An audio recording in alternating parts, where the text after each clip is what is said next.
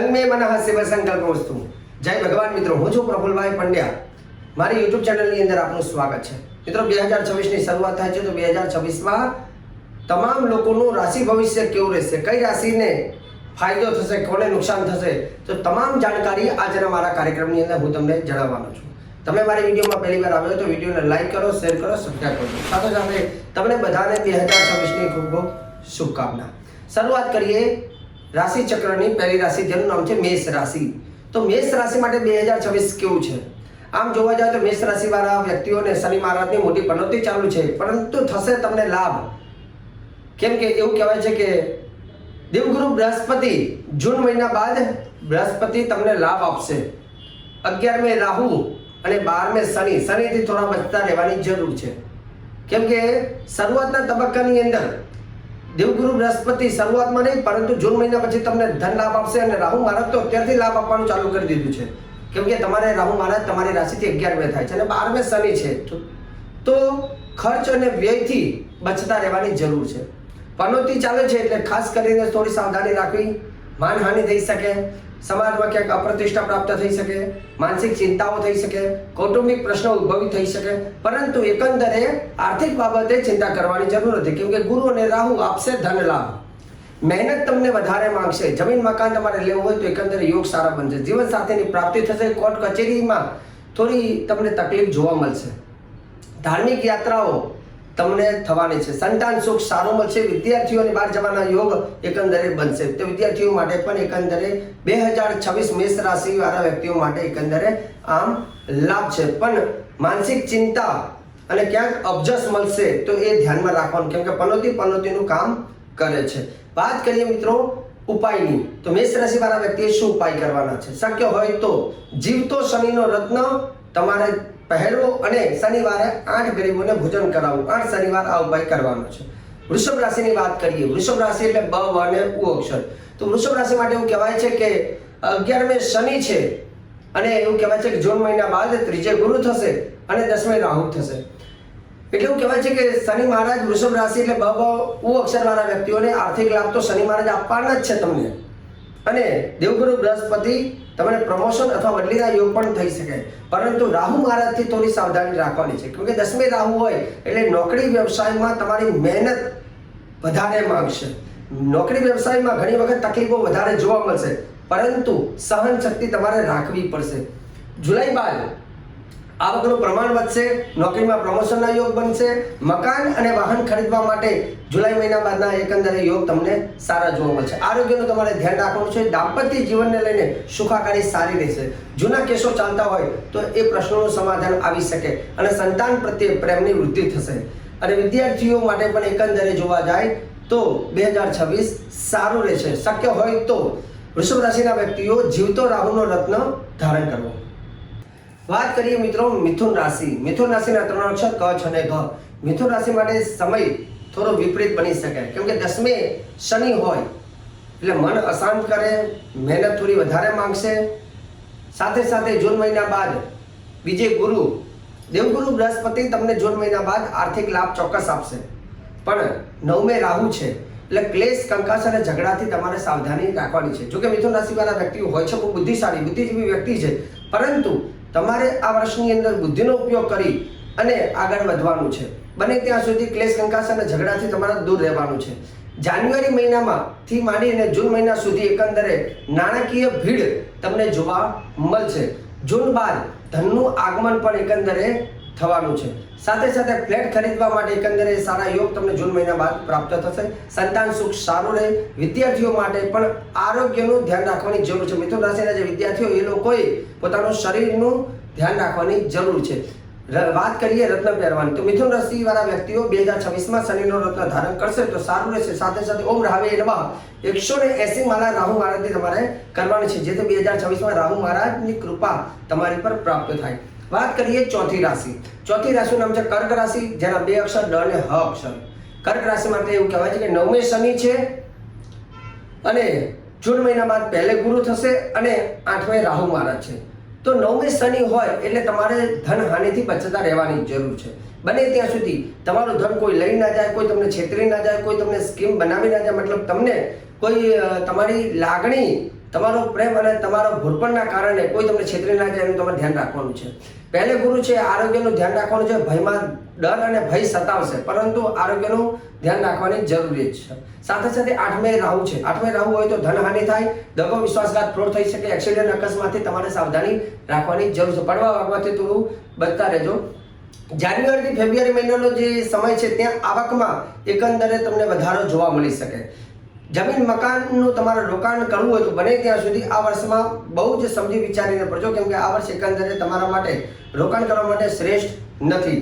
જીવનસાથીનો સાથ ભરપૂર મળે અને જે લોકોને દાંપત્ય જીવનમાં લગ્ન નથી થયા તો એ લોકોને પણ એકંદરે અહીંયા શનિ મહારાજની કૃપા પ્રાપ્ત થઈ શકે છે, જીવનસાથીની પ્રાપ્તિ થઈ શકે. વિદ્યાર્થીઓ માટે પણ એકંદરે શુભ પરિણામ આપી શકે છે. કર્ક રાશિના જાતકોએ બને ત્યાં સુધી શનિ અને ગુરુનું રત્ન 2026 માટે ધારણ કરી શકો છો. વાત કરીએ સિંહ રાશિના જાતકો. સિંહ રાશિ એટલે મ અને ટ અક્ષરવાળા વ્યક્તિ. સિંહ રાશિ માટે એવું કહેવાય છે કે શનિ મહારાજની પનોતી ચાલે છે. બીજા નંબરની વસ્તુ 7મે રાહુ છે અને 12મે ગુરુ છે. સૌથી વધારે ધ્યાન રાખવા જેવું હોય તો સિંહ રાશિવાળા વ્યક્તિએ કઈ બાબતનું ધ્યાન રાખવું. પહેલા તો કે શનિ મહારાજની 2.5 વર્ષની પનોતી ચાલે છે અને પનોતી હંમેશા કષ્ટ આપે છે. જેમાં કઈ બાબતનું ધ્યાન રાખવાનું? આરોગ્યનું, શરીરનું ધ્યાન રાખવાનું છે. તમારે શરીરમાં ક્યાંક નાની મોટી બીમારી દેખાય, હૃદયને લઈને કોઈ તકલીફ ઊભી થાય તો તરત જ ડૉક્ટરની સલાહ લેવી. બીજા નંબરની વસ્તુ, ઘરની અંદર વિવાદ ન થાય એનું ધ્યાન રાખવાનું, કેમ કે 7મે રાહુ આવે એટલે દાંપત્યજનો પત્ની સાથે નાની નાની વાતની અંદર વિવાદ કરાવે છે. પરંતુ તમને જો તમારા ગ્રહોની ખબર પડી ગઈ, વર્ષની ખબર પડી ગઈ, તો કોઈ તકલીફમાંથી તમે જાતે એનું નિવારણ કરી શકો છો. તમારે શું કરવાનું છે? તો આરોગ્યનું ધ્યાન રાખવાનું, જોડે જોડે અકસ્માત એટલે ગાડી વાહન કંઈ પણ ચલાવતા હોય તો સાવધાની રાખવી જરૂરી છે. જે વ્યક્તિની સગાઈ થઈ હોય અને લગ્ન થવાના બાકી હોય તો સગાઈથી લગ્નના ગાળાની વચ્ચે વિવાદ ઊભો ન થાય અને સગાઈ તૂટી ન જાય એનું પણ ધ્યાન રાખવાનું છે. જૂન મહિનાથી એવું કે જૂન સુધીનો શરૂઆતના સમયમાં, મતલબ જાન્યુઆરીથી માંડીને જૂન સુધીનો સમય એકંદરે આર્થિક લાભ પણ તમને જોવા મળશે, પરંતુ શેર બજાર અને જુગારથી તમારે સાવધાની રાખવાની છે. દરિયાપારની ક્યાંક મુસાફરીના યોગ પણ તમને મળી શકે. ધાર્મિક પ્રસંગો તમને આવી શકે. અને જૂન પહેલા જો તમારે કોઈ જમીન, મકાન અથવા ઓફિસ ખરીદવું હોય તો જૂન મહિના પહેલા તમે ખરીદી શકો છો. પછીનો સમય થોડોક સ્ટ્રગલ વાળો રહેશે. વિદ્યાર્થીઓ માટે પણ એવું કંદરે વિદ્યાર્થીઓને પણ અભ્યાસની અંદર થોડું ધ્યાન આપવાની જરૂર છે. રાહુ, શનિ અને ગુરુ આ 3 ગ્રહો તમારા વિપરીત છે, જેથી રાહુ, ગુરુ અને શનિની ત્રણેયની રોજની એક માલા કરજો અને શનિવારના દિવસે હનુમાનજી મહારાજને તેલ અર્પણ કરતા રહેજો. કન્યા રાશિની વાત કરીએ.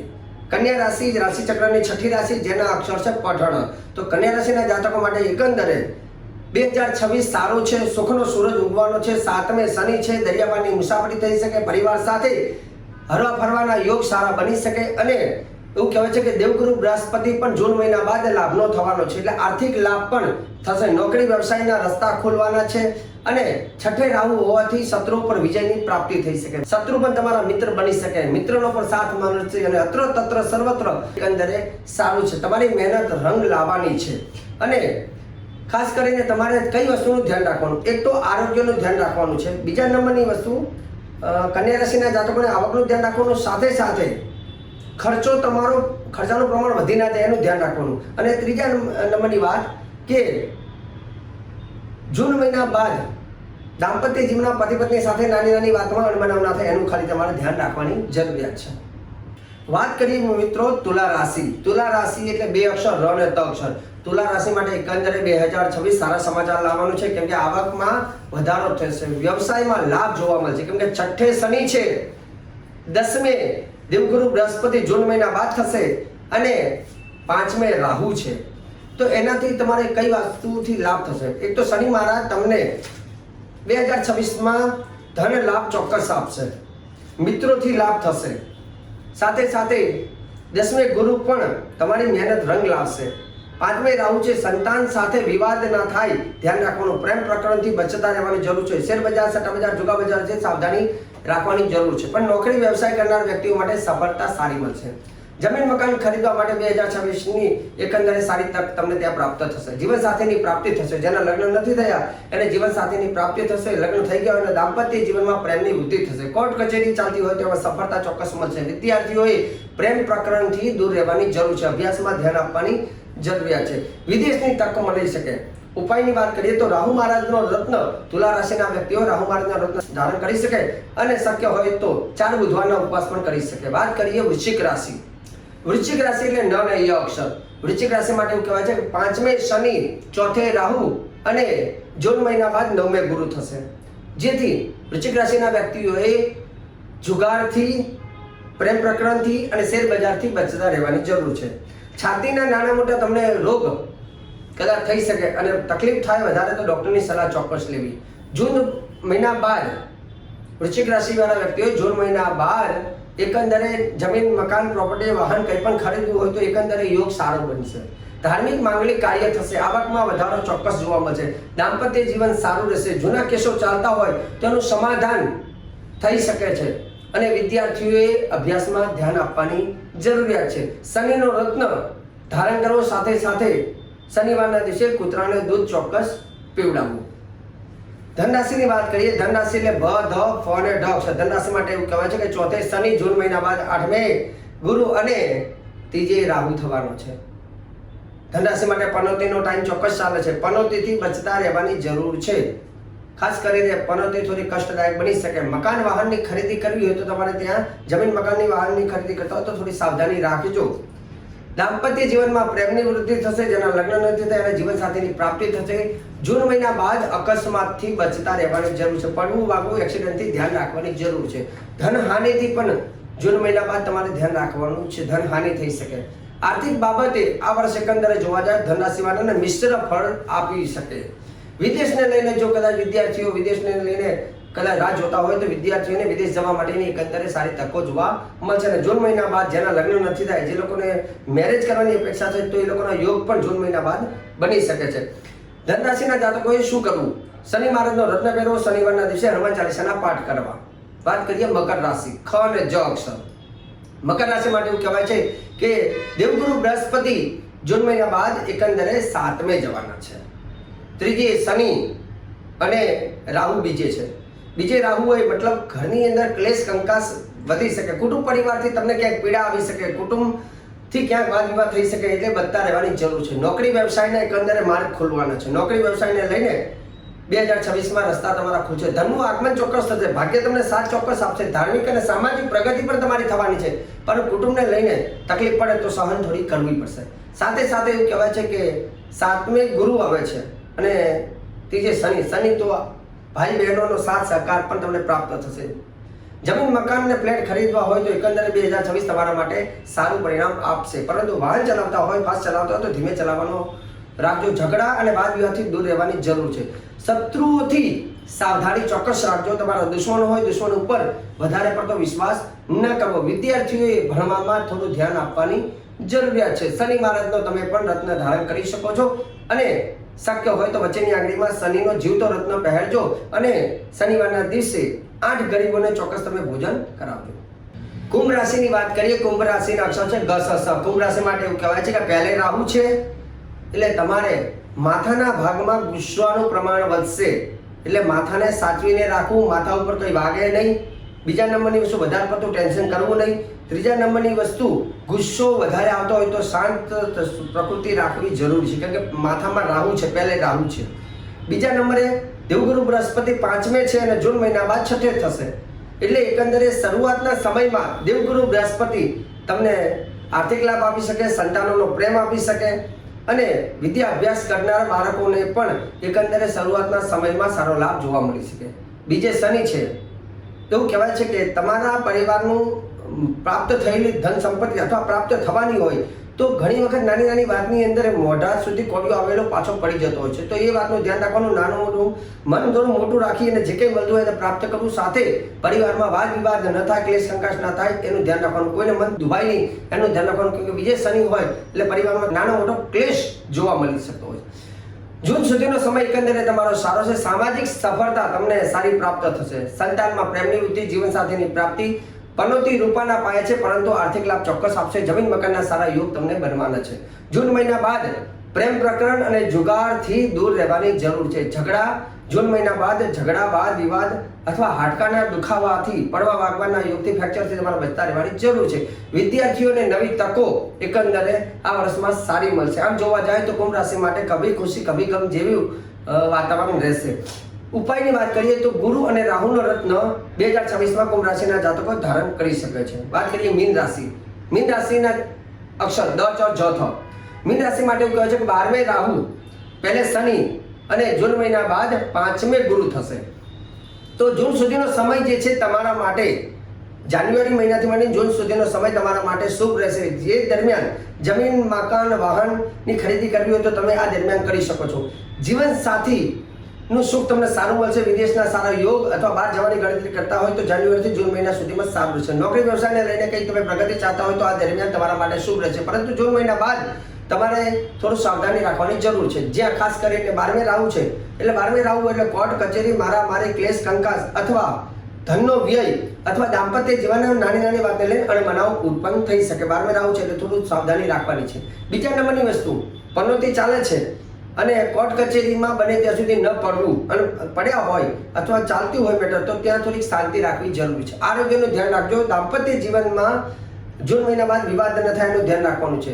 વધારે પડતો ગુસ્સો આવતો હોય તો એને પહેલાથી જ શાંત કરજો. પરિસ્થિતિ પ્રમાણે ચાલવું જરૂર છે. મતલબ એકંદરે આ વર્ષની અંદર શરૂઆતનો સમય તમારો સારો છે. પાછળથી થોડી મુશ્કેલીઓ તમને જોવા મળશે. વિદ્યાર્થીઓ પણ એકંદરે પ્રગતિકારક વિદ્યાર્થીઓને પણ રહેશે. ઉપાયની વાત કરીએ તો ઉપાયમાં રાહુ મહારાજ અને શનિ મહારાજનો ઉપાય મીન રાશિના જાતકો કરી શકે છે. જેમાં રાહુદેવનો અને શનિ મહારાજનો જીવતો રત્ન ધારણ કરી શકે. સાથે સાથે બુધવારના દિવસે જોગણીમાના મંદિરે જઈ શ્રીફળ વધેરી અને ત્યાં ઓમ રાવે નમઃ એ મંત્રની 4 માળા કરશે તો પણ એમને સારો લાભ જોવા મળશે. મિત્રો, ખાસ કરીને આજે મારી યુટ્યુબ ચેનલની અંદર મેં બહુ શ્રેષ્ઠ જાણકારી, સુંદર જાણકારી આપી છે અને સંક્ષિપ્તમાં બધી 12 રાશિઓને આવરી લઈને મેં રાશિ ભવિષ્ય કર્યું છે. વિડીયો સારો લાગ્યો તો વિડીયોને લાઈક કરો, શેર કરો, સબસ્ક્રાઇબ કરો. સાથે સાથે જ્યોતિષને લઈને તમારે કોઈ પણ જાણકારી લેવી હોય તો તમે અમારા કાર્યાલયનો સંપર્ક સાધી મારી એપોઇન્ટમેન્ટ લઈ મને મળી શકો છો. જય ભગવાન.